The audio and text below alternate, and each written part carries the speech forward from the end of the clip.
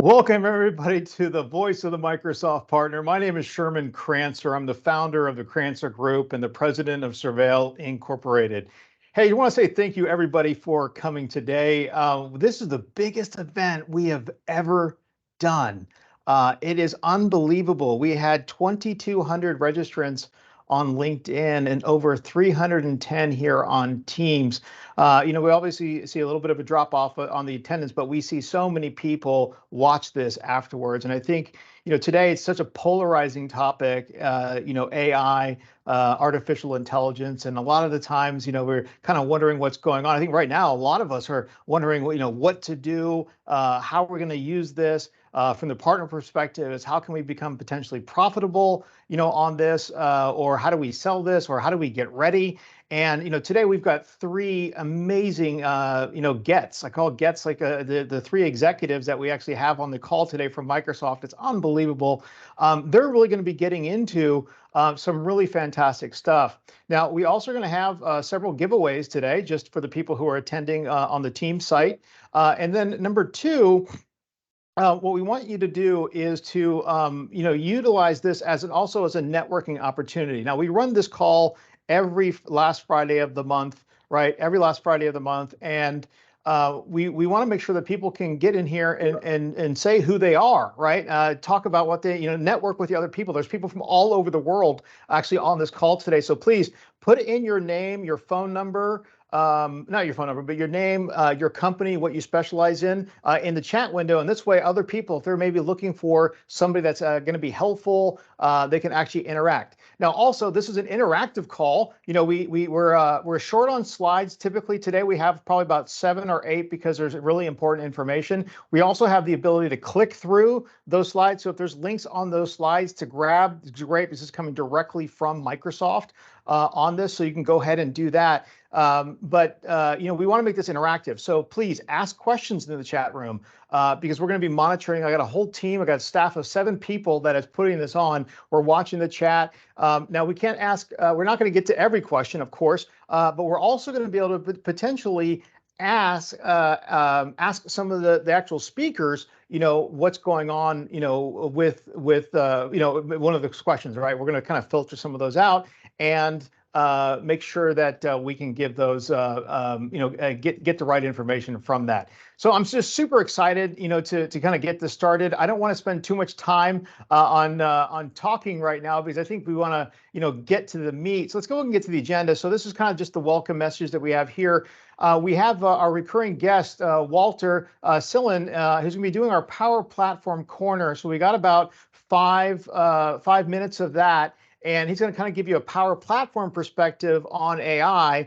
And then we're going to get into with Cameron Kenalty, Vaibhav Grover, and John Turk. They're the ones that are actually going to get into the AI, functionality. We're going to be talking about the history, how to get ready, right, for AI. We're going to be talking about, some of the initial things, Copilot, right, with that. And then, maybe packaging and kind of like go-to-market strategies towards the end.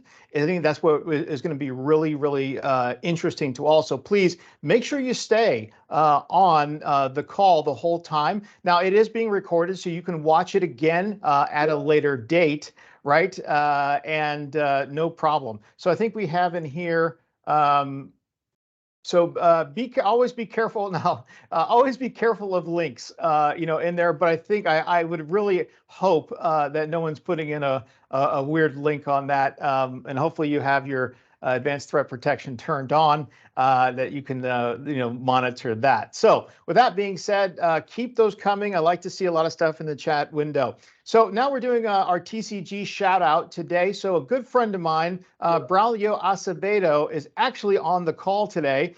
He's going to be putting in his contact information. He is an account technical strategist for Microsoft who recently got Rift, part of that whole reduction in force, and looking for opportunities. I've known Braulio for a while. He is a wonderful, wonderful candidate if you're looking for someone in the business. So just coming from Microsoft, to work at Microsoft, you have 7 one-hour interviews just to even get, and you go through thousands of qualifications. So Braulio has worked with, enterprise SMC If you're looking to add somebody important to your organization, Braulio is going to go ahead and put his information on there. You can connect with him on LinkedIn. He's got my full endorsement from the Crancer Group perspective and just from my thing. So Braulio, thanks so much for coming on here. Well, we look forward to having you post your information. All right, so it's 11:07. Let's go ahead and get into the meat of this. Let's get right in because we want to talk about AI. So, hey, Walter, go ahead and get started on your presentation. We got 5 minutes. All right. Thanks, Sherman. Yeah, really excited. This has been a cool week. Copilot announcements left and right, and Power Platform is right there with the rest of the Microsoft products. They are we've seen Power Platform packaged with different Microsoft 365 SKUs. And it's really exciting because the AI, all the cool stuff we've seen with generating text with Chat GPT and things like that.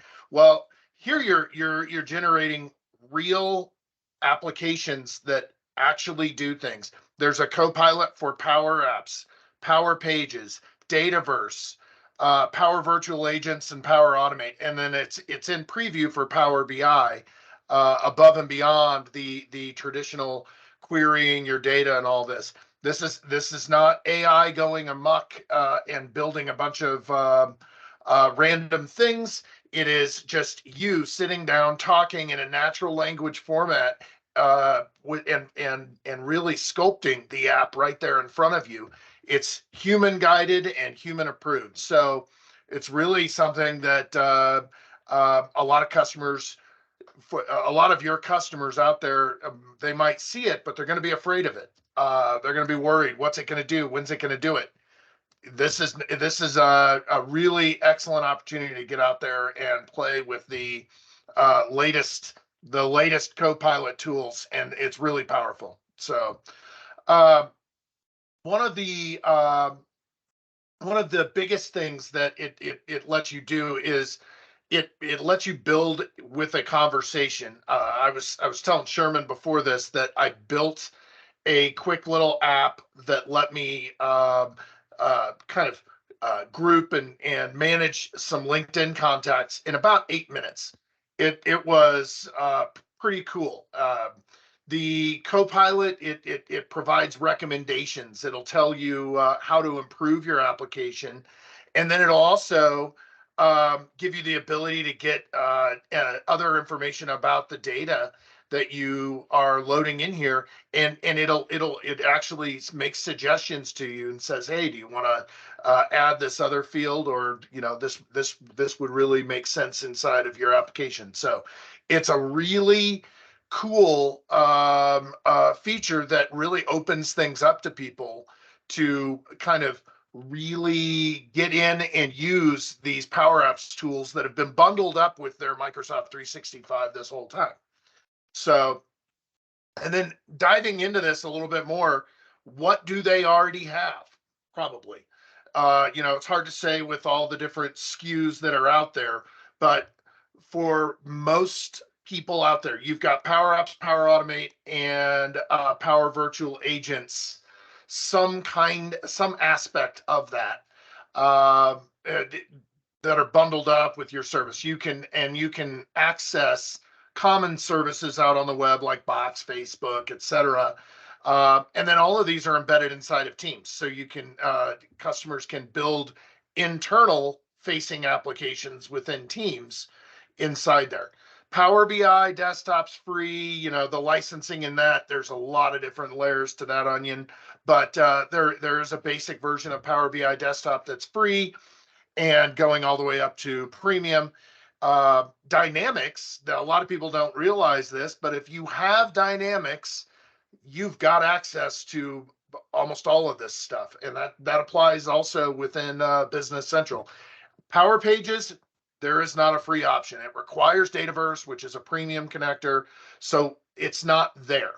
But anyway, that's just a quick overview of what's there. So we really focus when we're generating that excitement on those core applications, Power Apps and Power Automate. So how can you profit? Because that's really here. We're here to talk about how can we make some sales on these things. One of the really cool things about it is because it's bundled in here, it sort of creates a freemium model. They've already got it. So you just have to kind of, hey, it's here, you should use this. Here's some things you can do with it. They get in there, they use it, and we see it all the time. They use this functionality, and next thing you know, they're looking to add more features, and we all know the freemium, you hit the paywall. That's when you get them to buy additional subscriptions. The incentives for these Power Platform licenses are the same or more than Azure and Microsoft 365. So you're just trying to create that, oh, I can really do that. It's the aha moment, as it were. So so next steps, just to keep this brief, if you want to learn how to sell Power Platform, or you need help with figuring out what a project would look like, contact me. Happy to help. I do free training for sales teams, for any partners. And if a project comes up that you want to pass off to us, we do a 15% commission on project referrals. So would love to hear from you, either to help train you on the sales, or talk about some projects. All right, Walter, thank you so much for that. Really do appreciate that. We love working with Walter. We've been working with him for a couple of years now, and he is works really well with partners. So I want to go ahead and just make that quick shout out. So a couple things here. We have Stephen Jones actually won our first giveaway. We're going to be reaching out to you afterwards to talk to you about that. So it's a $50 Amazon gift card. So congratulations, Stephen Jones. We have that. Now, one other thing too is we have some polls today, and this is going to give some feedback actually to Microsoft. A couple of them are just simple polls to go ahead and press yes or no. And then we have a couple that I call them word clouds. I usually call them word salad, which is like, hey, what else do you want to learn more of? So let's go ahead and move on to our next, which is really Microsoft OpenAI. Getting ready for the tsunami. We're going to get into the meat of it now. This is perfect timing. But let's go ahead and put that first poll up. We have a couple things, and we're just looking for your, how you feel about it, or what your customers are looking for. Riva, do you want to go ahead and share that first one?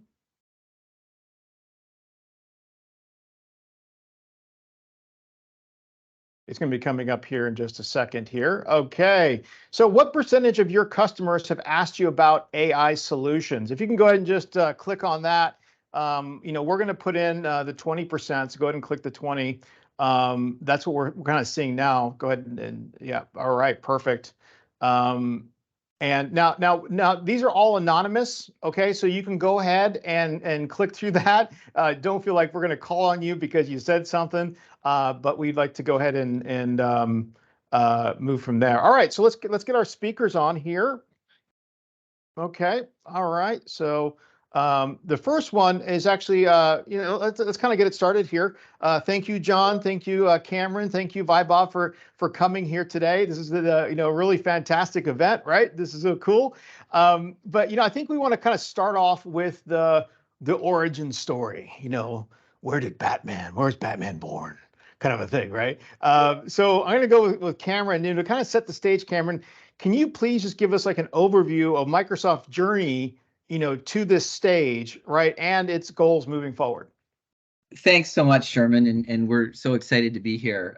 Thanks for taking the time of all of your busy days to meet with us. So yeah, first off, I just want to set the stage and provide a bit of a brief history of the science of AI. And for a lot of people, obviously we're thick in it, but you may not necessarily know kind of the background. I think it's helpful to understand and create a bit of a level playing field. So AI has been around for a while. It's spanned many decades, beginning back in the 50s when researchers first began to explore the possibility of creating machines that could think like humans. During this early period in the 50s and 60s, AI really focused primarily on symbolic AI, which was involved in creating symbolic representations of knowledge and using them to solve problems. researchers in the field developed early versions of what are known as expert systems, which really were computer programs that mimic the decision-making abilities of human experts in a specific domain. Obviously, we kind of probably all know this from our science fiction films, but it's interesting nonetheless. Then in the 70s and 80s, AI research really began to shift away from the symbolic AI and towards an area called sub-symbolic AI, which really involves the statistical methods and mathematical models to solve problems, kind of the modern AI. This shift was really driven in part by the realization that symbolic AI was too complex and difficult to scale, and then in part by the development of new computer hardware that, of course, made it possible to process large amounts of data faster. Then, that's kind of sort of what happened in the 80s and supercomputers and that kind of thing. And then in the 90s, AI research continued to evolve and new subfields began to emerge. One of these new subfields was machine learning, which focuses on creating algorithms that allow computers to learn from data without being explicitly programmed. Then, kind of later on, we saw a next wave of major development around another subfield called deep learning. And there was, quite a period of, we kind of feel when we look back, there wasn't much going on, but of course there was a ton going on, obviously, in the background. But this deep learning is a machine learning technique where layers of neural networks, which are mathematical models inspired by the structure of the human brain, are used to process data and make decisions.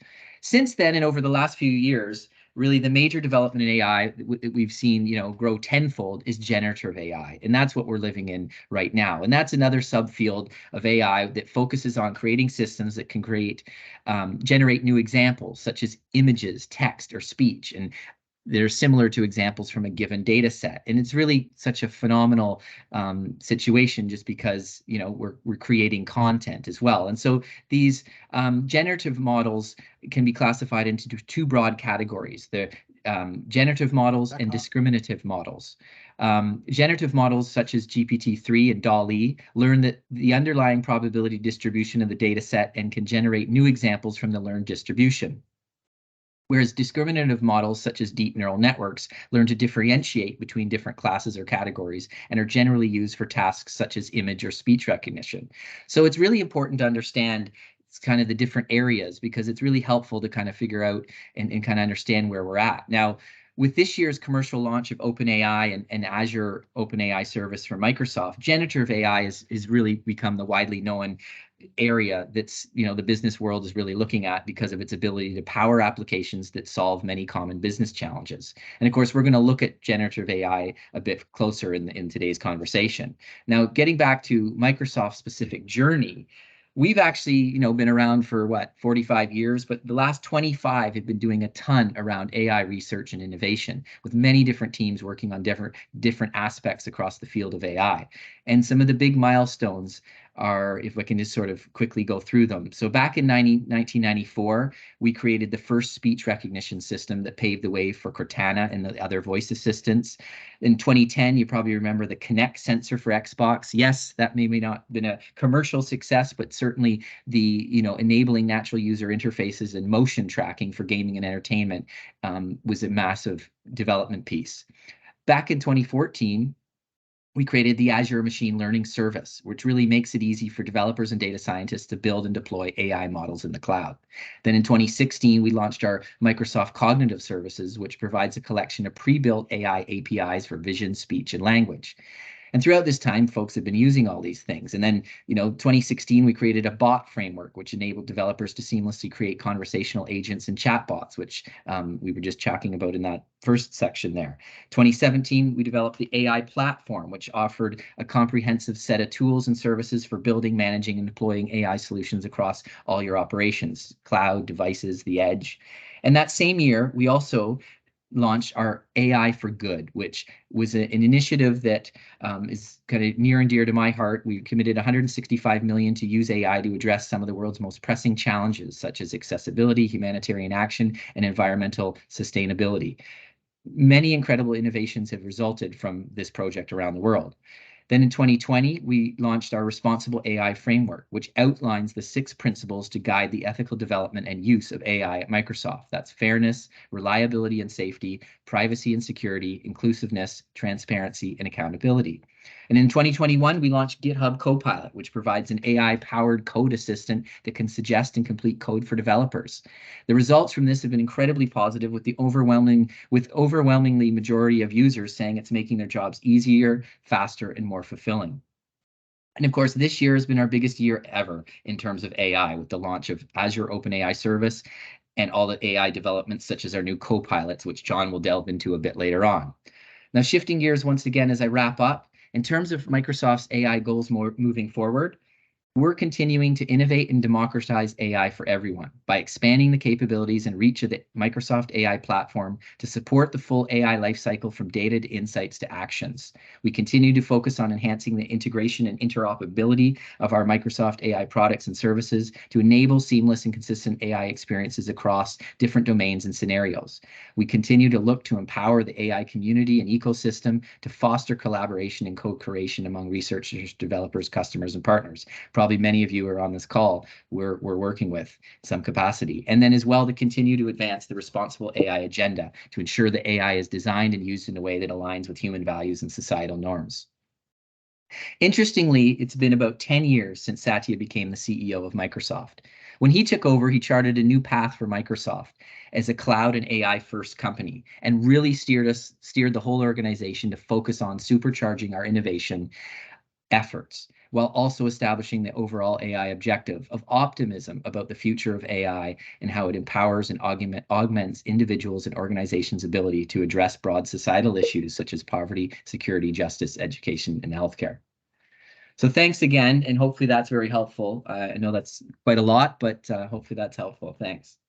No, that is great, Cameron. Thank you so much for that lesson. And I give you a real world example. We were contracted by Microsoft to do the Q&A portion of your the learning, the Azure fundamentals, Azure AI fundamentals, and data and AI.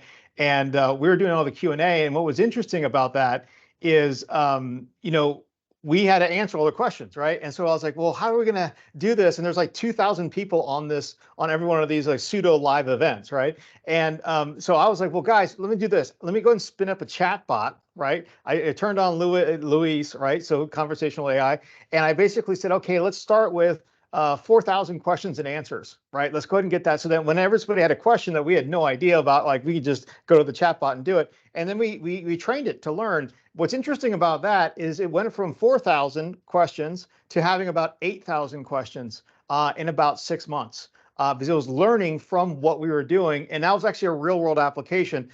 We used it for about 2 months out of the 6-month contract. And then we actually kind of knew all the questions. But man, let me tell you, it was pretty cool because we able to turn something on, and actually use it to help us. So that's infancy stuff, but pretty cool stuff. Awesome. Yeah, great to hear. We love hearing our users use them. Yeah, let's put up our next poll. And this is curious, what % of your customer base is currently on the cloud? Now, there was a debate when we were thinking about putting this poll up here. There's a bit of a debate because I thought, all the customers are on cloud, but we might have gotten some feedback from somebody somewhere that said not really, and this will come up. In the meantime, I also want to just make a couple shout outs here. We got Scott May from Stratos Cloud Alliance. They're a great partner of ours. If you're in Dynamics and you're not using them as your main distributor, you really need to, give a call to Scott May. He's going to put up his contact information here. They are a great, wonderful distribution channel for the Dynamics community. I can't say good enough about them. And then also, I can't be remiss without mentioning our other partner, Skykick. We work with them constantly, sharing, leads and just, helping each other out. They're a great partner. Love what they do. All right. So let's see. Did we get the poll up on the second one? What % of your customer base? Let's see. Not just yet. Okay. You sent a card. Okay. All right. Well, let's get into the, next question here. Many of our attendees are looking for a starting point, right? Vaibhav, could you, walk me through how most companies can get AI ready? Absolutely. First of all, Sherman, I want to set a record straight. Batman was born in Gotham City. We'll set that record straight, right? No conspiracy theories. But one thing that you highlighted in this conversation was very important. which was how many customers are cloud ready and how many customers are currently on cloud. And surprisingly, it's less than 50%. And Gartner says that by 2025, almost 45% of IT spend will be on cloud. So we are still a long way from everybody being on cloud and everybody being AI ready. And this is especially important because we, as well as Gartner predicts that in 2026, 90 to 95% of applications will have an AI component involved into it. And for customers who would like to have an AI component involved into their infrastructure or their software or whatever they're using, they need to modernize an environment. And we believe that migration to Azure is the true path to AI innovation. And Azure not just helps you maximize your ROI, it gives you unmatched performance and resilience. It's literally 5x times faster than any other cloud. Our cloud security, we have a comprehensive cloud security portfolio, which includes Microsoft Defender, Sentinel, and a lot more products that offer up to 219% on ROI. And finally, with Microsoft, you can be AI ready, and our ROI on Azure AI services is up to 284%. That's huge. And it's not just these numbers, it's not just ROI. Even from a financial perspective, Azure is way ahead of other cloud providers. You can see we did a study in 2022, which clearly showed that having Microsoft Azure, if you're spending 100% on your on-prem in your environment, and if you move the exact same environment to Azure, you save up to 37% in your total costs. So it's not just the ROI, it's also the financial benefits of us helping you move to cloud, modernize your environment, and make sure you are AI ready in your services. So this is all awesome, but how does Microsoft help you get there? And one of the key things that we want to talk about is Azure meets you where you are in your cloud journey. So if you're an existing on-prem company and you want to modernize your entire environment, make it AI ready on day one, we have more than 60 data centers available across the world. We have best-in-class networking, storage, compute, and we have flexible services from PaaS to SaaS. Everything is available that can help you modernize to Azure within a very short time frame. I want to go to the rightmost now, which is extending to hybrid and multi-cloud. I want to highlight that piece as well. If you want to, previous slide, please, Riva. So if you want to still stay on-prem and you still want to have some part of it on Azure, we do provide an option to extend your existing on-prem environment to Azure using Azure Stack HCI as well as Azure Arc. So that's another way to provide a hybrid and a multi-cloud environment while you still retain some of it on-prem. And I want to now shift gears to the migrate VMware as is. I know about 70% of on-prem environments are still on VMware. And it's very important because customers have been using it for a really long time. They have a lot of investment, and not just like technical, but also there's a lot of licenses involved, people are involved, and people are comfortable with their VMware environments. Don't worry, we still have an option for you. You can migrate your current existing VMware environments as is to Azure. And I would love to have Cameron come and speak with us. Cameron, do you want to talk more about this? I do. Thank you, Vaibhav. Thanks, everybody. Yeah, as Vaibhav mentioned, it is one of the foundational steps, and in terms of the context of AI, Azure VMware Solution, AVS as we call it, is indeed a foundational step because it provides a seamless and efficient way to extend your existing VMware investments to Azure, which can be really valuable in the context of AI for several reasons, which I'll go into. First off, for scalability, AI workloads often require significant computational power, especially when training complex models. Azure provides a highly scalable infrastructure that can be easily expanded to meet the growing demands of AI apps. By running your VM workloads in Azure, you can leverage the cloud scalability to accommodate AI-related resource requirements. AI frameworks and services. Azure offers a wide range of AI services and tools, including Azure Machine Learning, Azure Databricks, and Azure Cognitive Services. These services make it easier to develop, deploy, and manage AI solutions. By integrating your VMware workloads with Azure, you can seamlessly connect them to these AI services, enabling you to leverage advanced machine learning capabilities. Thirdly, data integration. AI models require access to large data sets for training. Azure provides the robust data storage and integration services such as Azure Data Lake Storage and Azure SQL Database. With AVS, you can easily connect your VMware workloads to Azure Data Services, allowing you to store, manage, and analyze data more effectively for AI purposes. Fourthly, hybrid cloud for AI. Many organizations choose a hybrid cloud approach for AI, where they keep sensitive data and certain workloads on premise while utilizing cloud for AI processing. AVS enables the hybrid cloud strategy, allowing you to maintain your VM workloads on-prem or in Azure as needed, providing flexibility for AI deployment. Fifthly, AI model deployment. Azure provides containerization and orchestration services like Azure Kubernetes Services, or AKS, and Azure Container Instances. These services simplify the deployment of AI models in a scalable and efficient manner. You can easily integrate these services with your VMware workloads running in AVS to deploy AI models and applications. Cost optimization. Azure offers various cost optimization tools and features such as Azure Cost Management and Azure Reserved Instances. Leveraging AVS in Azure allows you to take advantage of these amazing tools to optimize the cost of running AI workloads, which can be very resource intensive, as we know.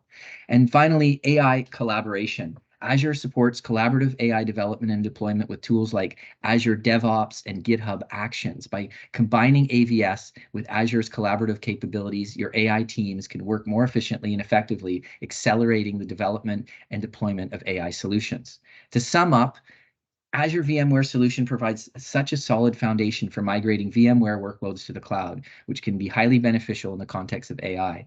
It enables organizations to harness the scalability, AI services, data integration capabilities, and cost optimization features of Azure to enhance their AI initiatives. This integration allows for greater flexibility, scalability, and efficiency in developing and deploying AI solutions, all the while you're maintaining your familiarity and benefits, as Vaibhav had highlighted at the beginning, of VMware's virtualization platform. You know, your folks will still, they're comfortable with VMware, they'll still be using it. So that's the great news.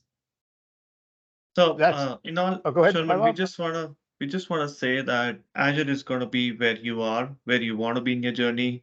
And if you are ready to take the next step to go to AI, Azure has all the opportunities and products available to help you make that transition as easy as possible.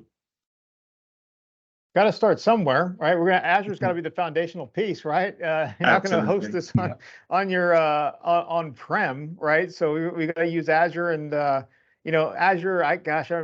I remember 8 years ago trying to put together a virtual machine, and there was only like 4 or 5 workloads, resources, right? You know, now there's like 3,000 things you can do. So really awesome, great information, I think, for us to kind of get started on here. I think let's pivot a little bit. We're going to bring in John Turk here. John, you know, I think what we want to do is when we talk about AI, right? Microsoft has, you know, really integrated the AI into different solutions, such as Copilot, right? As well as offering deployment through Azure.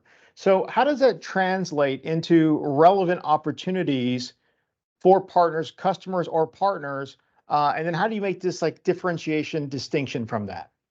Yeah, thanks so much. And thanks for having us, Sherman. Really exciting topic. We all know that generative AI is kind of having a moment right now. I saw a question in the chat about security, and I'm going to get to that. High level, when you use Azure, your data is your data. We do not train on your data. We have the same level of security concerns that we have with the rest of our Azure platform.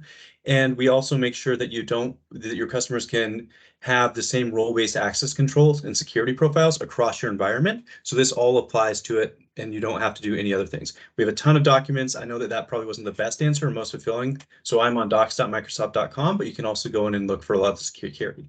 But because generative AI, I'm going to kind of jump back into the partner profitability and a little bit more about kind of what we see as the opportunity. It's such a new technology that a lot of customers are still trying to understand how to use it for their use cases.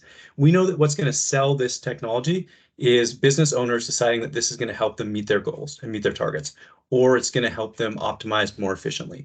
But we also know that for our partner ecosystem, which I love interacting with, so thanks for having me here again and ask questions, is that we don't really understand. A lot of partners are still trying to understand how it fits into their current business model or what could be done to kind of transition and start selling AI services. The short answer is The opportunity is to help customers adopt AI, what Vaibhav and Cameron were talking about, get customers AI ready, but also start selling these AI solutions either through a Copilot experience or through an Azure OpenAI service, or the tons of other AI services we have on top of Azure OpenAI. So Azure OpenAI is our generative AI solutions, but we have a ton of other through machine learning, cognitive search, machine vision, speech translation, things like that, that also stack on top of it. But to kind of get to the differentiation, I do want to take a second to talk about our product vision and kind of the differences in strategy. So some of the main benefits we see coming out for AI is to help, and this is based on direct customer experience. I think that a lot of people on this call can probably listen to it as well. We see customers want to be more productive. They want to optimize their time, and they want to spend their time doing a little bit more meaningful work. And that's what really resonated with me. So as we start to use these AI solutions, we can say, is this taking away some of the admin overhead or some of the tasks that I really just hate doing? And is this letting me be more creative and focus on the work that I want to do? So AI can help us do this in theory because it can really make advanced technology more accessible. So I love that story you told, Sherman, about the AI bot. 2 years ago, I did a Q&A bot and I went in and I said, wow, this is incredible. All I have to do is list every possible question and every possible answer, and it will tweak it and provide an answer.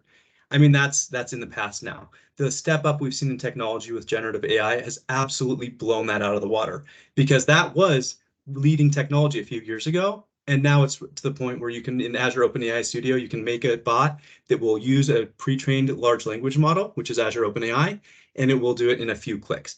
So we're just so much further on that technology curve, and it's really exciting.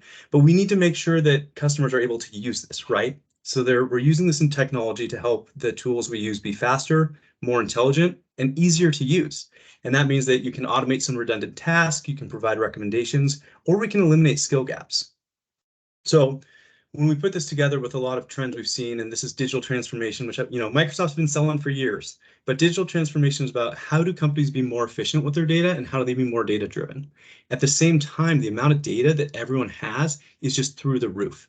So customers, if you look in your productivity tools like Outlook or Teams, you're getting more messages than ever before. You're getting more Outlook, and that's leading to a little bit of digital fatigue, which is making it harder for employees to concentrate. So the value that customers are looking for is help me be more productive, help me get time back so I don't have to spend time responding to emails. What does that look like? That looks like an Outlook that understands your needs, helps you prioritize, writes first drafts for you, and gives you time back so you can go do revenue generating activities. This is for your customers. This could also be for you. So within your own work environment, how much time do you spend doing things that you really don't want to do versus doing those value-added tasks?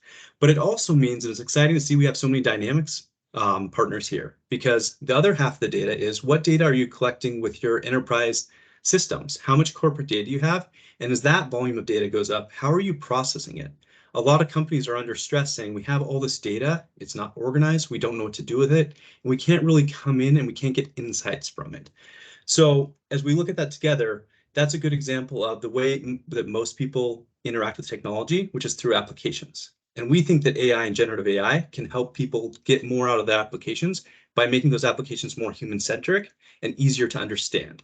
And that's what we did, so some of the things we said, but we're using dog food, we're doing it to our own applications, and that's what the Copilot stack is. So actually, if we can go back a few slides, what a Copilot stack does is it takes a pre-trained LLM, and that's really the adoption curve for most companies adopting AI for the past 15 years.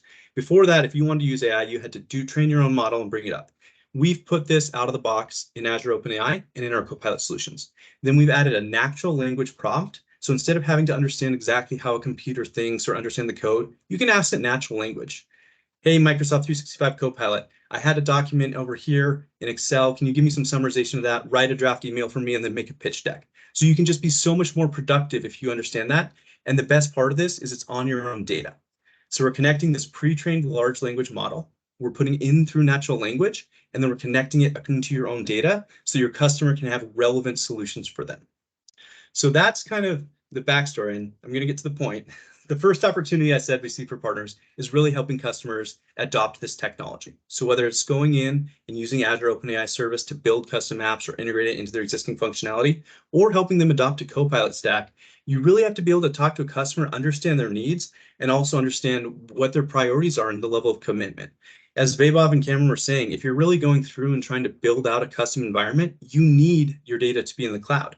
because you have to be able to go in and train that data, access it quickly. There's a question around predictive analytics. That's a classic machine learning case where you can come in and train on specific data and go in, but you have to have that data in the cloud. You have to have it transfer quickly, and you need to be able to put AI on top of that infrastructure to get value. If that's not what your customer wants to do, if they say, actually, I just need those productivity gains we talked about with Outlook, great, that's a Copilot solution. So being able to guide them through that process is really important, and that's how you can help them sell the value of AI.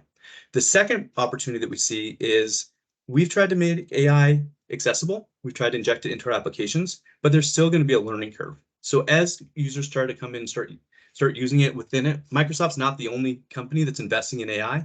We're going to start seeing it across a lot of different productivity tools, a lot of different applications.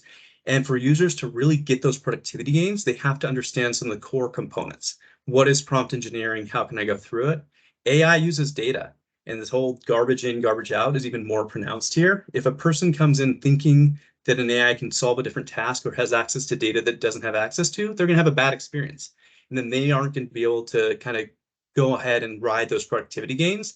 They might be left behind in some of these technology advances. So the second opportunity for our partners and even for customers is to really help them understand the foundations of the AI principles that we talked about and how that's going to translate into specific business use cases. So I'm going to stop there. I hope that was not too in depth on the overview. That was amazing, and I really like that. And one of the things that we're doing here at the Crancer Group is actually coming up with some what we call them hands-on lab events, right? Immersion experiences, and we've just seen such an interesting, not interesting, but just a wild interest in this. So for our partner base, we actually drive these hands-on labs. We're going to be doing on Copilot. Some of the things that are coming right out to kind of help awareness and then drive those opportunities, to the partner base. So I think there's training, right? There's training on what can be done, the art of the possible. I think there's it's with Copilot, it's easy, right? You're starting it off with easy, but I think there was one other small tweak to this, John, and I don't know if you covered it already. I apologize if you were, but to become a partner, for AI partner, use Copilot. Those are more of the easier stuff, the M365 stuff. But if you're going to be using it in Azure, that's when you really need to skill up on data, right? Data modernization. I think, would you agree with that assumption? Absolutely. And I do want to, I completely agree. So if you're making a model that's using some sort of generative AI, just out of the box, no customization, you can use that pretty simple and add that chatbot in. But as soon as you want to make it personal, and I think I'm going to talk about kind of how the evolution of the use cases we've seen, but that's where you need to interact and actually add it to the customer data. Because if you're someone who's selling to customers, you need to add your own information into it. So you need to connect who they're buying, what their profile is, into some of the other information you have on them, so you can really personalize it, and that's only done through your specific data. But one thing I wanted to say quickly is there might be some expectations or assumptions that Copilot is, let's say, the base model, and that's just not true. Copilot is going to be the best solution for a lot of customers because it's a pre-packaged solution in applications that customers are used to using. It already connects with all the Microsoft Graph data, so it's going to be the best solution for a lot of customers. However, if they want to move into the next case where they start to get the predictive analytics and other things, yes, absolutely. That's where we need to start modernizing the data estate, get them AI ready, and then they can start getting some of those additional gains from that. Okay, so partners don't have to go out and get the advanced specialization on modernizing data applications. They can start off with the Office 365 part. They can get right into it. The learning curve is a lot less, right? So it allows our partner base, or allows customers to adopt these things relatively, not quickly, but a little bit easier, right? So there's a path to doing this. That's what I'm trying to get at. Exactly. Okay. And even for partners who do have their specializations, they might want to start customers there, because we've seen this. I've been doing analytics and AI for a few years, and everyone says, yes, my data state's ready and it's go to go. And then you start to go in to do a modernization project and you realize, oh my gosh, what is this? So I'm sure a lot of partners understand that not every customer's data state is really up to speed. It can be a transition. So even for the customers that are willing to go in and invest in really large AI projects, they might want to start smaller so they can get some of those gains right now, and then as they start to modernize and really get those true built solutions in the future. Yeah, training your customers on how to utilize it is really what helps them provide more professional service opportunities or upgrades, or just it adds to that, right? So I think that's where I would focus, straight on. Let's get into the M365. Let's focus. Let's get people up to speed on that. And then on the underlying, it's like, okay, let's dedicate, 1 or 2 people on our team that are really, probably ahead of everybody else on the data side, and say, okay, I want you guys to start investigating that, right? Kind of having a roadmap for that. That's how I think of it. So with that being said, let me just, Andres on my team is here. I'm just going to ask him a quick question because he had something that's very interesting. Andres, if you can just come on camera here and unmute yourself. What are your thoughts on how this is kind of working, and what you've seen with the partners that we've just recently been working with? Yeah, I think I've gotten a lot of questions talking to partners about different opportunities, right? How am I going to monetize using this? I think, honestly, what I'd cover is the majority of what you guys are talking about. I think, number one, if you're going to be making an investment in Copilot, then you need to make sure you're making an investment in your people. And so the people who are going to have access to these resources and these tools, they need to be trained and skilled so they can leverage this, right? The point of making this investment is to get a return on it and help them do their job quicker. And so, there's going to be a learning curve for them to be able to utilize that if they're not trained properly. And the second piece, you guys touched on it as well, is getting the company ready for AI. There was a question on security, right? In terms of how you're going to be accessing resources inside of your organization. What is this data going to be sent to when I'm using Bing Chat? Well, one of the things you need to be thinking about is everybody inside the organization only have access to the data that they need access to? Because when Copilot starts to go live, it's going to be able to pull information from all different areas of the business. And if somebody is using Copilot and they, for whatever reason, have access to all the administrative files, that's a problem, right? Because they're going to be able to pull all that data. So I see those as the 2 big opportunities. There's a lot of new things that are coming out, right, with that. So, and John, I don't know if you covered this already, and I apologize, but what steps should our partners take to prepare themselves? I think we're kind of talking about that right now. Maybe I kind of overused that, but would you maybe just kind of recover that again if you already have? Yeah, of course. So when we think about what steps partners can take, a big one is going to be, I think what we've seen a lot is get the right return on investment, prepare the customer, but also make sure that you know the use case that your customers are trying to solve. So we don't want to oversell AI as this magical solution without being really grounded on how is this going to directly impact what your customer is trying to do, and then how can you make sure you really walk through and have that customer success at the outset. So if we think about the different applications of where AI can come in, the most direct is kind of this direct application of generative AI, right? Generative AI is really good at chatting with people, summarization, and going through and providing some of these recommendations or doing some sort of marketing campaign generation. But as you start to get more in depth, really being able to guide the customer through what's going to be required. We talked a lot about this data state modernization. Are they ready for it? What needs to come through? And just being really crystal clear and having that ability to talk to your customer and go through, this is, we think, will be the right guidance. That's what's going to help you be that technical advisor to the customers. So I don't know how many people have had conversations with customers who are looking at AI. This is not an IT discussion anymore. I did a conversation with a bank out of the UK, and every single department was asking about AI. It wasn't just some marketing lead. It was security. It was compliance. It was marketing. It was finance. It was this office of the CEO. Everyone was trying to understand, what does this even mean and how do I get there? So for partners, the first step is to go play with it. We can talk about all these great stories and everything, but the use cases that stick are the ones when you use it and you realize, oh my gosh, this is the connection point. For me, and this is very silly, I have a lot of better use cases. I hate expense reporting. It's one of my least favorite things to do in my life. I buckled up a few weeks ago. I said, this is going to be a horrible half hour. I went on and I realized that it was done for me. And I had to message a few people. I said, how did this expense report get done? I didn't have to file through and go through this arduous task. And they responded back, oh, we have a new AI solution to do that. And that's when I am just a true believer in this technology. If you find a CEO or C-suite member and you can tell them that one thing that's going to make their life easier, the one thing that's going to make it better. Another example that's less meaningful to me, but going through Power BI, I don't know the forms. I'm much better in Excel. I can just go to Bing Chat Enterprise and say, hey, I'm trying to do this. Here's my filter. Here's my column. What's the translation? So go and use this experience, get immersive so you can really be passionate about it with your customers, but also help guide them towards the right solution. We do have some of the more specific guidance, for how you can get ready for some of our specific Copilot solutions for Microsoft 365. Actually, for all of our Copilots, they're going to integrate with your customers' data. So if they're not using it already, it's not going to be as good of an experience as if they're already on Business Premium, E3, E5, or Business Standard. Then Copilot can hook in, look at how employees are using it, and that can really pave the road for success. So use AI as much as you can, where you can, help understand customers' business challenges and what would be the right fit and solution for them, and then get them ready for the data estate if you're going to build custom models for them, or help them use the products that the Copilots are going to integrate with. I think those are 3 ways.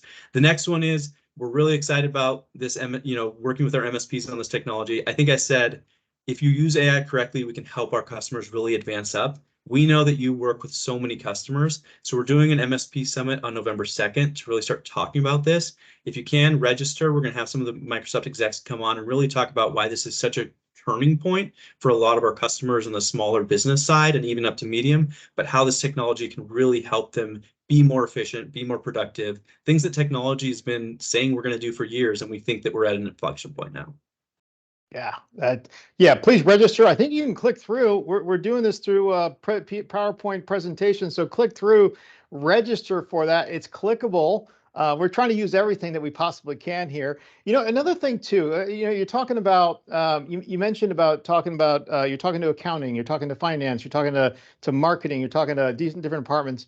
With the explosion of cloud, okay, in 2019, with the pandemic, we saw a huge uptick in cloud. Now, I represent Surveil, okay, and we're a cloud asset management tool, right? And we're looking to find savings. But what's interesting, and the reason I'm pulling this up, is right now there is a big push to create what's called FinOps teams, cloud FinOps teams. And these teams inside of an organization consist of the IT organization, sales, finance, HR, marketing. And what they're doing now is they're taking all those teams, those 5 teams, and they're saying to themselves, hey, we need to evaluate our cloud spend. Is there a real ROI? Because, their CapEx model was beforehand. Now it's all OpEx, right? And they're really thinking about that. If you're not a partner that understands that this is now going bigger, okay, you no longer should be talking just the IT, but then let's extrapolate, if we understand that, let's extrapolate that further now with AI.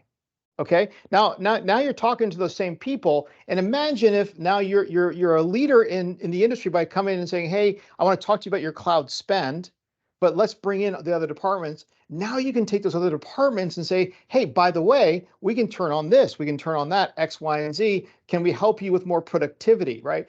The more that you can solve problems, the more business you're going to have.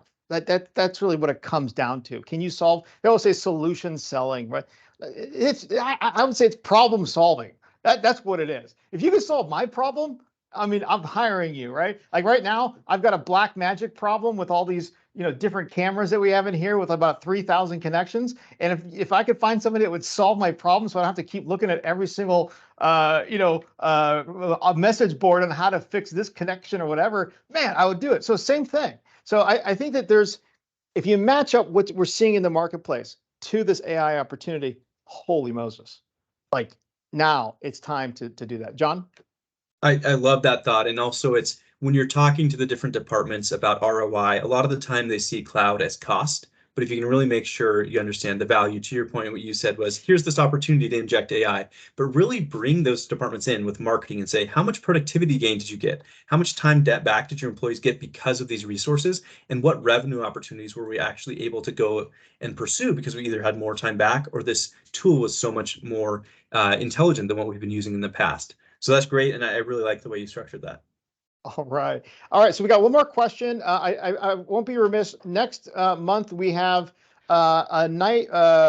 Next month, actually pull this up. I want you to register for this. We got Jason Hinton from Microsoft coming, and it's a nightmare on Microsoft Incentive Street. He's going to be talking about deep dive into Microsoft funding. So please come to this because we all know that there's a lot of different crosses and arrows to how things work. We're going to actually talk about what's important, why it's important, and what things you need to get ready for it. So it's a play on Halloween. It's not really Microsoft's a nightmare. It's just a play on Halloween. But we're going to get Freddie out and we're going to slice and dice it and we're going to make sure it's great. So with that being said, I want to bring in Vaibhav and Cameron real quick. Last thoughts that you might want to give to to the community here, if you could, just last thoughts. How you get started, or are there some links in here?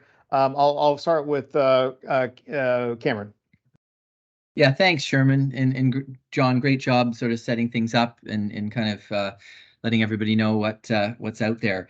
Yeah, I mean, here's some really good resources about how you can get started. I mean, we're as I said, we're a cloud and AI company first, and we're really trying to help all our partners and customers leverage AI the best they can. So we've created a whole bunch of materials. Obviously, it's all linkable here, so please take your time, look at this material. We've been able to kind of bring it down to all different groups. I mean, John kind of AI used to be, the complexity of, the AI guys in the back room. And, unless you were big enough to have data scientists, you couldn't really do much. And there's still a sort of time and place for big models and obviously organizations that have the resources. That's still an important part of it. But of course, as John has explained, being on Azure and with our OpenAI Azure service, I mean, it's just in the Copilots, it really has enabled kind of the everyman to use AI and tinker with it. So I just encourage everyone to continue to learn about it. Skilling up is huge. We touched on that as well. I think if you're on an AI path, the good companies are I mean, we say here, we're not a bunch of know-it-alls, we're learn-it-alls. It's all about learning how, it can improve your job. Some of those examples that John said, that can be used internally. And of course, if you're a partner with the customers. So yeah, that's kind of, where I would like to talk about. Maybe Vaibhav has something to add. No, I think Cam, you summed it up perfectly. And as Cam said, we are always here to help. Microsoft is always here to help. Please reach out to us. I think the first step, as we all have discussed, is getting to Azure and then start building on it, get AI ready. And please, as we have seen, all our customers are still not on cloud. I think that survey results have very clearly shown us. So get yourself AI ready and build on top of it. And I think Cam and John have done a wonderful job explaining everything. So thank you guys for having us today. All right. Thanks. Gosh, well, thank you. Oh, go yeah, ahead. sorry. I was just going to say, one sort of fun line. I mean, it's a Friday. We say that Microsoft is the stick that stirs, right? And so, we want to stir the stick with you guys as partners, as customers, and just sort of leaving you guys with that thought. We can't do it all ourselves. We need to stir with you guys. But yeah, thought that was kind of fun.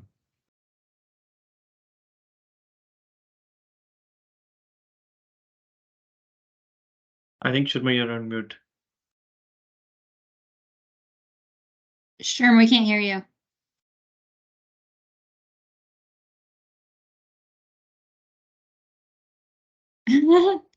Well, thank you guys.